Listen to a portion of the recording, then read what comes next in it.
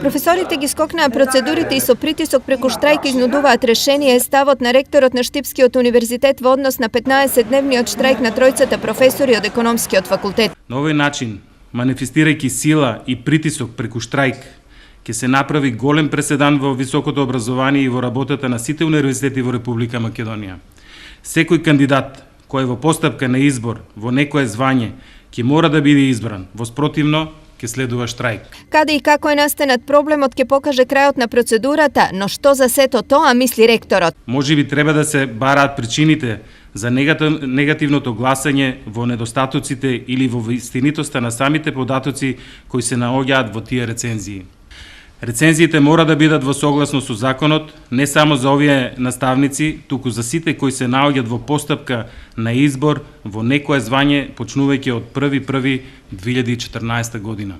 Во меѓувреме над 60 членови на СОНК од цела држава дојдоа во знак на поддршка на тројцата професори. Ние имаме статут каде што стои дека СОНК како организација ќе застане, ќе се повторам, за секој индивидуален случај, за секој колективен или групен случај. Не се тоа радикални чекори што ги презема СОНК. Ова е случај без преседан, кој што треба да добие максимална поддршка. И ние сме во штрајк еве 4-ти ден денеска и ќе наставиме натаму да бидеме во штрајк. Се надеваме дека со диалог и со разговор може се да се заврши. Сметам дека ова треба да биде доволен показател за институциите на системот да разбера дека тука има огромен проблем и дека проблемот треба веднаш да се реши.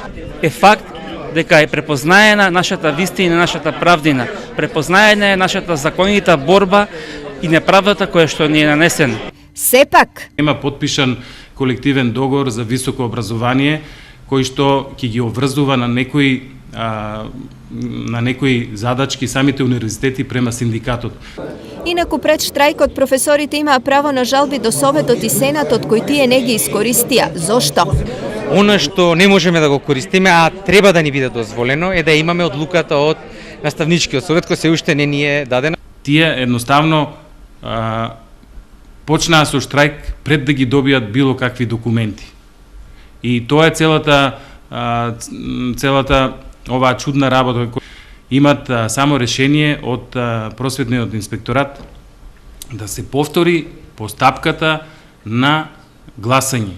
Добро, ние постапивме по замерката, по забелешката од инспекторатот, повторно го објавивме билтенот заедно со самоеволацијата и сега чекаме процедура за да се заврши ова целата постапка.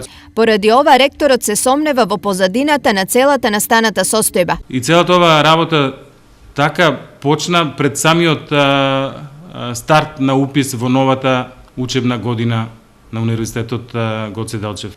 Дури некојаш си помислувам, можеби Универзитетот Гоце Делчев многу порасна за релативно кратко време, па почна да смета на некого, на некои структури.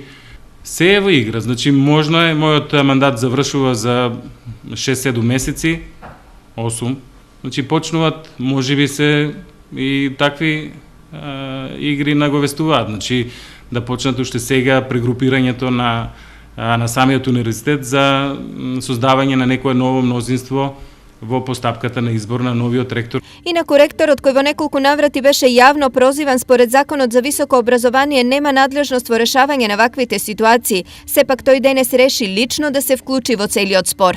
Јас немам директни ингеренции во процесот на гласање, во процесот на избор, во процесот на одлучување на самиот наставно-научен совет, но секако ќе бидам активен и ќе гледам што се случува, дали е тоа во рамките на законот и дали е во рамките на правилниците, на процедурите кои што ги имаме внатре во универзитетот. Сепак крајниот збор ќе си го каже наставно-научниот совет на самиот факултет.